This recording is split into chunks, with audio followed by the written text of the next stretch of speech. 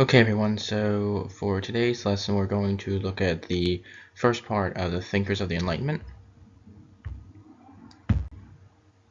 So once again, our objectives and standards: to describe the beliefs behind the Age of Enlightenment and to explain the political views and theories of John Locke, and we're going to look at some other thinkers of the Enlightenment as well, and the standards are there as well if you'd like to take a look at them.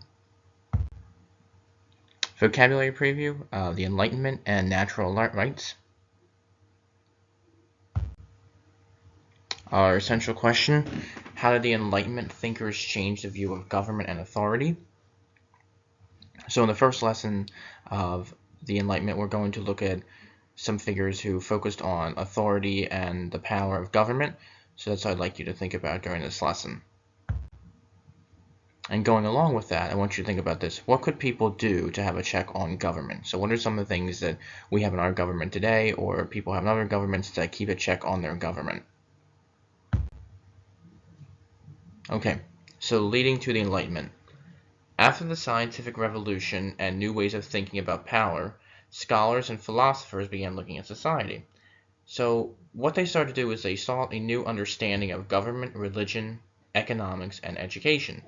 So this time period is going to become known as the Age of Enlightenment, where people focused on reason and logic.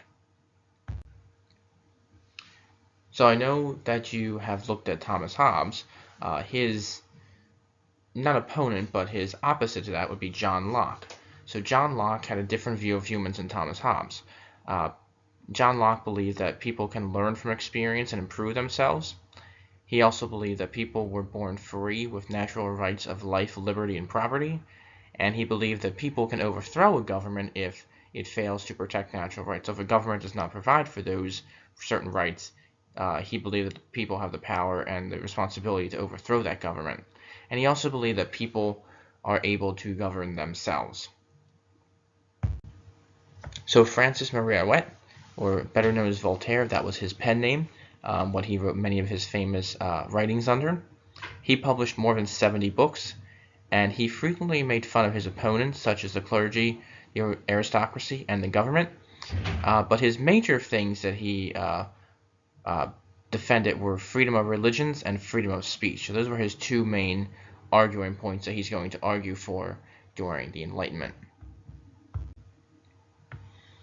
Baron de Montesquieu, he studied political liberty, and he is going to propose a separation of powers, and he believed that a separation of powers would prevent any individual or group from having complete control of a government.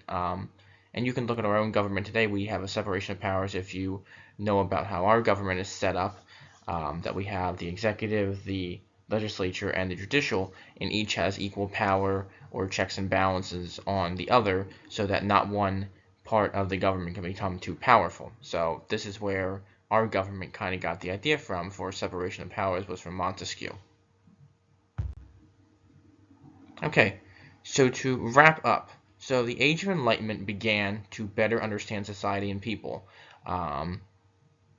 We also have John Locke, who believed that people have natural rights and could govern themselves, and Voltaire urged for freedom of speech and religion, while Montesquieu wanted separation of powers.